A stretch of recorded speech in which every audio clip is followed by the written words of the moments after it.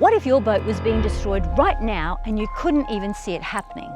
Steel, aluminium, fiberglass, and even carbon fiber. If your boat's in the water, then it is at risk. This episode, we're diving into galvanic corrosion and electrolysis, the silent killers that eat boats alive.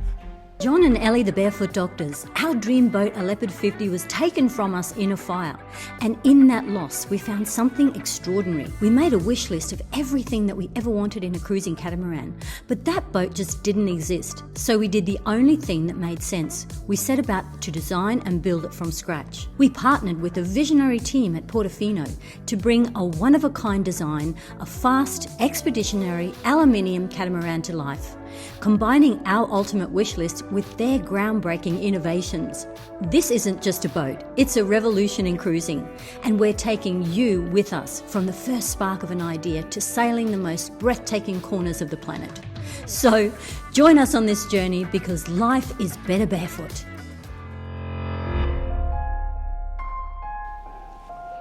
So let's keep it simple. When two dissimilar metals are in the water connected electronically, like aluminium and stainless steel, that becomes like a battery. Electrons pass, or the current passes from one to the other, and basically the weaker metal dissolves. And that is galvanic corrosion. If you then add stray current, which might come from faulty marina wiring or faulty wiring inside your boat, everything gets turbocharged, and the corrosion then gets very much more rapid, and that's called electrolysis. It's like charging your boat with tiny electric shocks 24/7, and that happens even when you're tied up on the dock.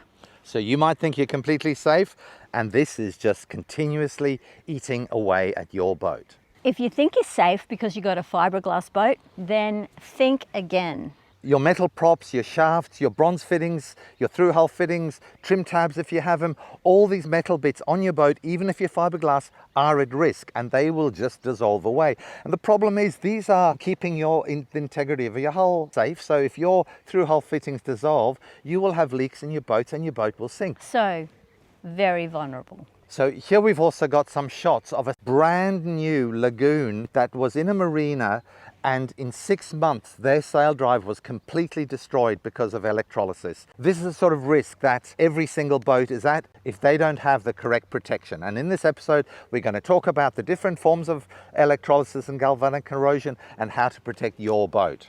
Now, the other thing that a lot of people haven't realized, that carbon fiber also conducts electricity.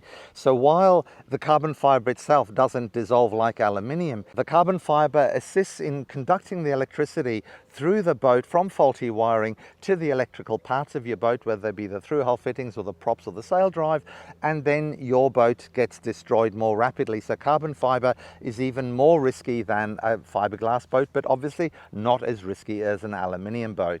We're building aluminium, so we have to have absolutely all the protections in place to protect our boat. And at this point, let's hand it over to Rafa to give his explanation of how electrolysis works and how Portofino is going to protect our boat and all the other Portofino boats in the range.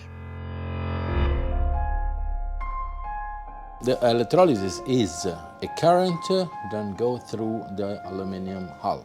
Aluminium is a good conductor, so we need to avoid them from any way to any way. Then the current, any kind of current, go through the aluminium of the boat.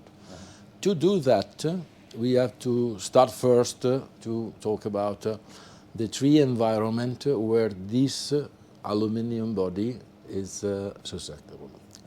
The first one is the water, of course, because the aluminium is floating in the water. The second environment is inside the boat. We have a lot of electrical system and electrical stuff. If there is a problem in the electrical system, if it's not well done, or if it's in the future there is some leak of power from the electrical system to the body. And the third one, then is the easier one to be protected with the insulation transformer, is the marina. Okay guys, if you've learned something today or enjoyed the video, drop us a like, subscribe only if you haven't already, and what else have they got to do? And leave a comment about your electrolysis story. And also guys, share this video with any of your friends that have got a boat and would benefit from this information, because this is so important to get out to everybody. And make sure you stick around for what's happening next. And now, back to the video. And now, back to the video. When you connect the shore power, you connect three wires. You connect the phase, the neutral, and the ground. In our case, between the electrical system of the boat and the electrical system of the marina, we have insulation transformer. They transfer current from the marina to the boat by induction. And it's the same one you use to recharge the mobile. The latest generation of mobile, they have induction recharge. Basically, it's the same concept. Then the insulation transformer take power from the marina and transfer inside the transformer from the inlet to the outlet by induction. So there is no physical connection between the boat and the marina, because there is two coils, and they insert one inside each other in this way, completely insulated. The wire inside is painted with this epoxy resin, so there is no physical contact.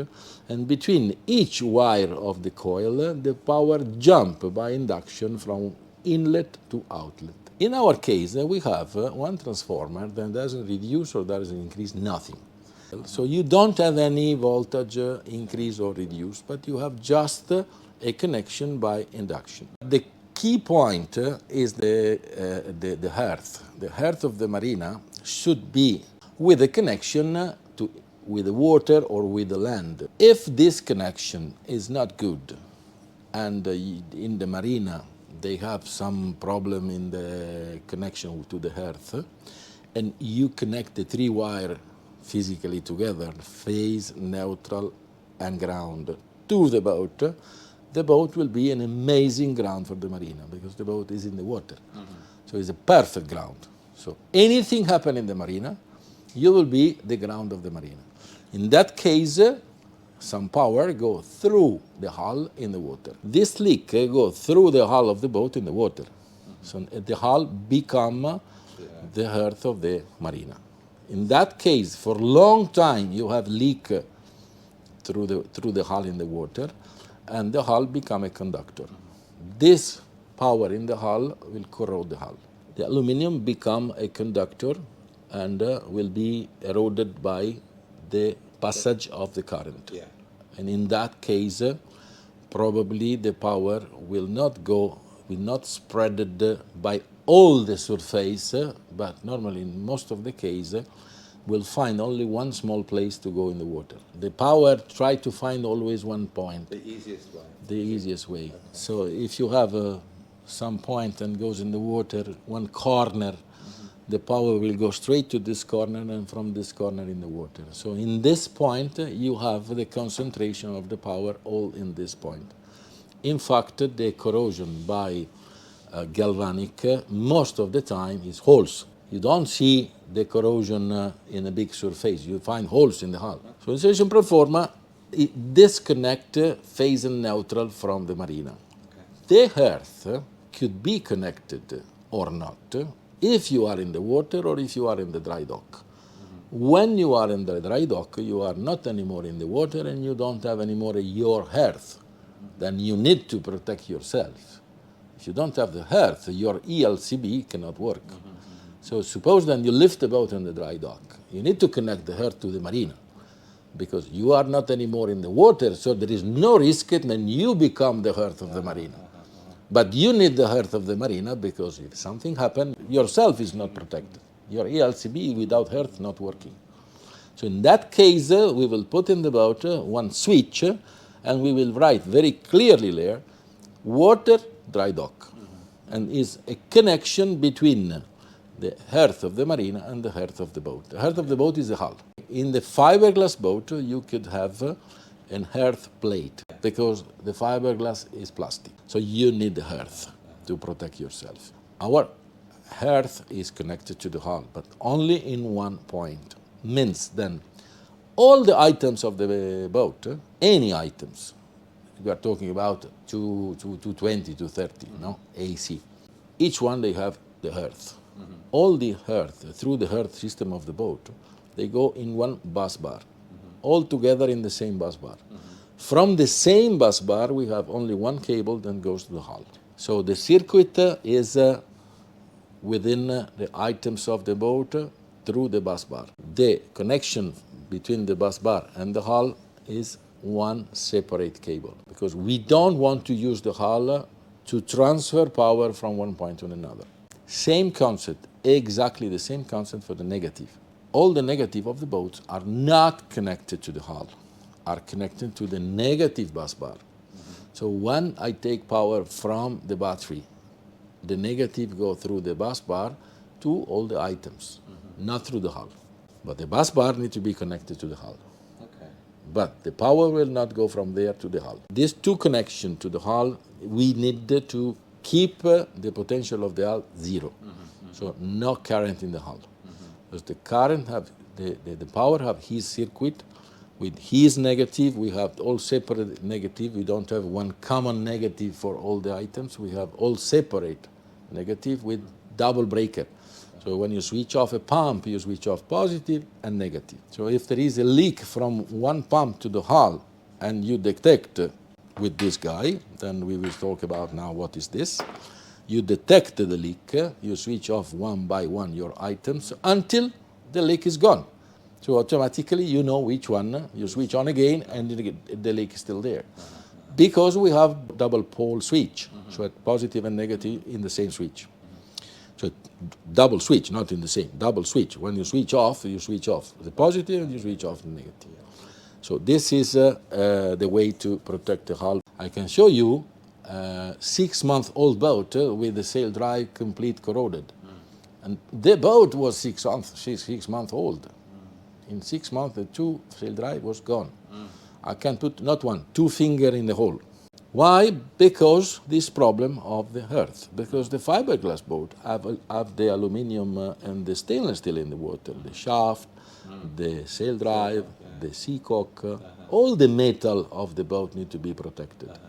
Now, we are all metal, but the fiberglass boat have a lot of metal in the water, including the engine that is not insulated. Our engine is insulated. When we place the order to Yanmar for the engine, we place the order for insulated engine. Means that the negative of the starting motor and alternator and all the sensor of the engine are not connected to the body. So the body of the engine then is connected to the body of the boat through the shaft. Theoretically, the engine is not connected directly to the hull because you have engine mount that is rubber. The shaft also, it run in a rubber bush. So theoretically, the engine is not connected. The body of the engine is already insulated from the hull. But this is not enough. The power, the electric power of the engine needs to be completely disconnected. To be sure, we place the order. Yanmar have the insulated engine. Any company, they can provide an insulated engine where the electric system, the starting motor, and the alternator have the negative disconnected from the body. If you put a multimeter between the negative of the alternator and the body of the engine, there is no continuity. It's absolutely important.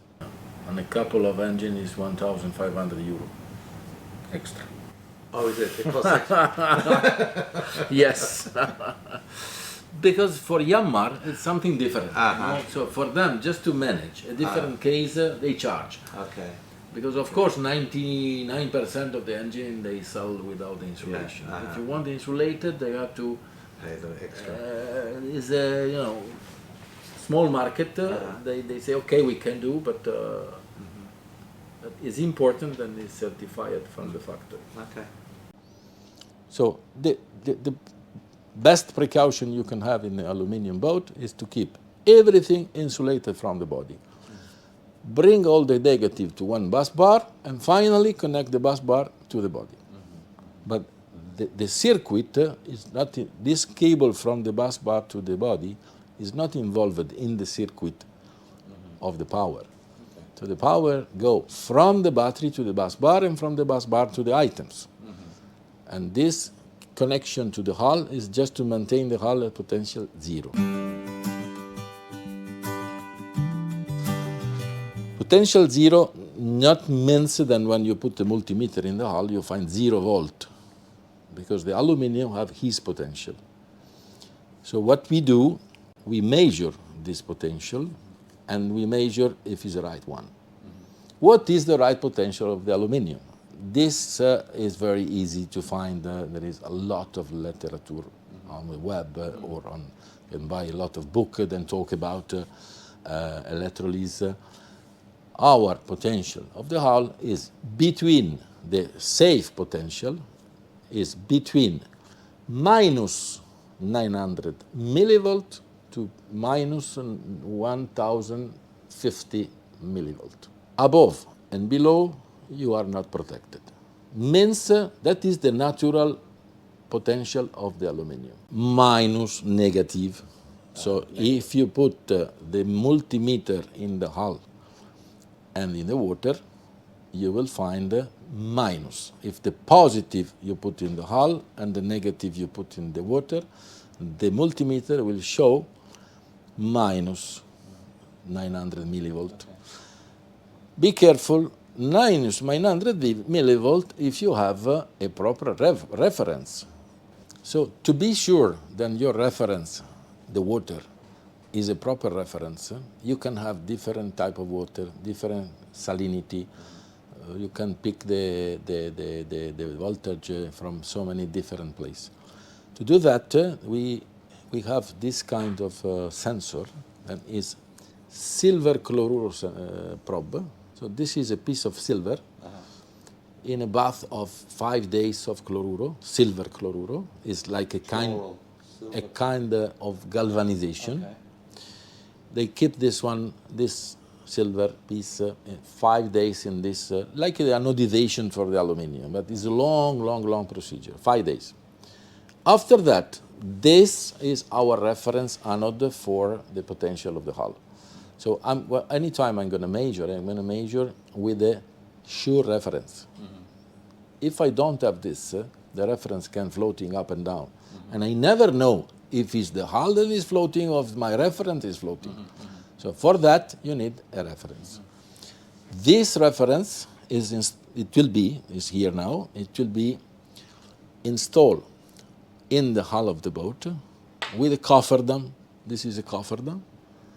Then you can see here will be outside of the water. This flange will be installed in the hull, welded in the hull. Inside this cofferdam, I have my probe. Then go inside like this.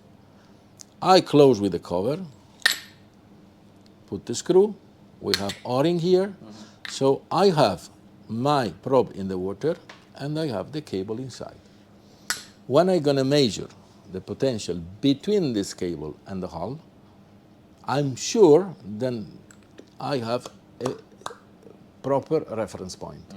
So my measurement is precise. Because as you can imagine, here we are talking about millivolt. We are not talking about 24, 48 volts. We are talking about 100 millivolt, 200 millivolt. If you don't have a proper reference, it's useless. This will never change.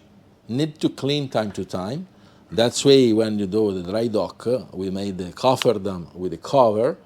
Then you can take it out, clean, and put it back. Too much dirty can change the reading. But this you can see, because this is outside of the boat. When you diving under the boat, if this one is complete closed by barnacle, you can open this, clean properly, and put it back. The cofferdam, we call it cofferdam. Cofferdam is something that is like a box in the boat, that can be small or big, doesn't matter. Then keep some volume inside the boat, but insulated from the water. In the big boat they have. But no other yachts? We work with the military, and as you know, we follow some military ship in Jebel Ali for the UAE Navy. And in this case, we are following the Ferretti-made military ship. They have it. It's $30 million boat.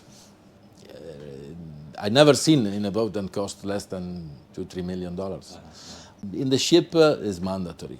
Any ship have something like this. The problem is then it's massive because it's a ship, so we cannot use the ready-made product. So what I'm saying is that Portofino has created this and nobody else does that for yachts of this As size. I know, below 24 meters, I never seen something like this in the yacht. Okay. And that's reading will set off an alarm if it goes out of range. What we have done with the cooperation we have with Raymarine, we design and they made for us one page of the Raymarine software with the level of the voltage of the hull. And because in the Raymarine we have a general alarm when something happens, if we go outside of the parameters, the alarm will ring and will advise to the captain and check because there is something wrong. It's difficult to think about in the middle of the ocean you have an alarm of corrosion. If you have an alarm of corrosion in the middle of the ocean, for sure you have some of the electrical device of the boat then touch with the hull and leak in the hull. Could be. No, we do our best to keep everything very well insulated.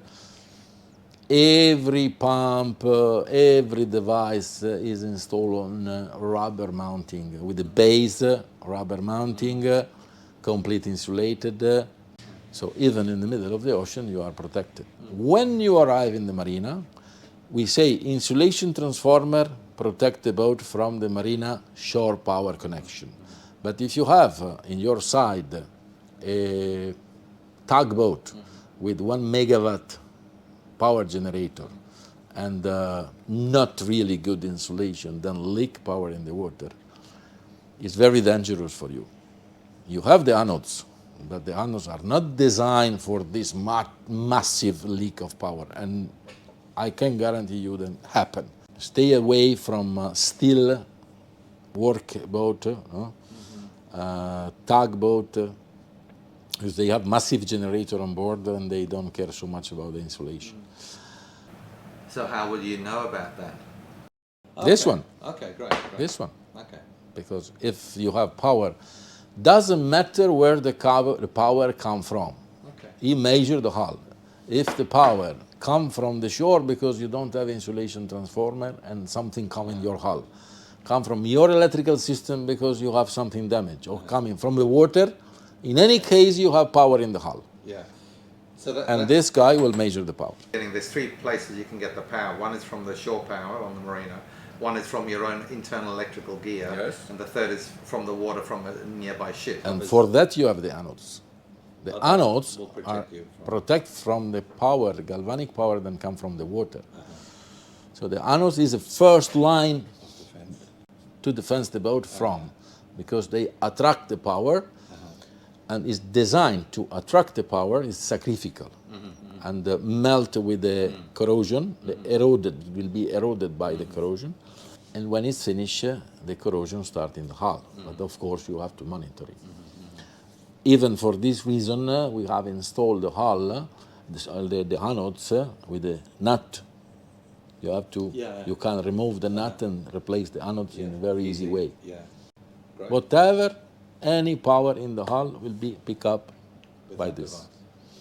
It is a luxury measurement system because you have in your monitor luxury. It's comfortable. You don't have to go there and measure, or it's not just a voltmeter installed somewhere in the boat. It's integrated in your Raymarine system. If you go out of the parameter, there is an alarm. The tuning of this is important, but the difference then this will be stable all the life. The life of this is calculated in 3, 4, 5, 6 years. And we will provide the spare parts. It's not expensive. It's depends if you want to make some profit. But honestly speaking, it's 300 euro, something like this. Okay. After 5, 6 years, you can pay 300 euro. Okay. But you don't have to replace seats. You have to replace only the product. There are different type of electrical system. What we are following now is the American Coast Guard rules. ISO regulation, that means CE, European Community, is less deep in this matter than the American regulation, because Americans, they have a lot of aluminum boat, and since a really long time.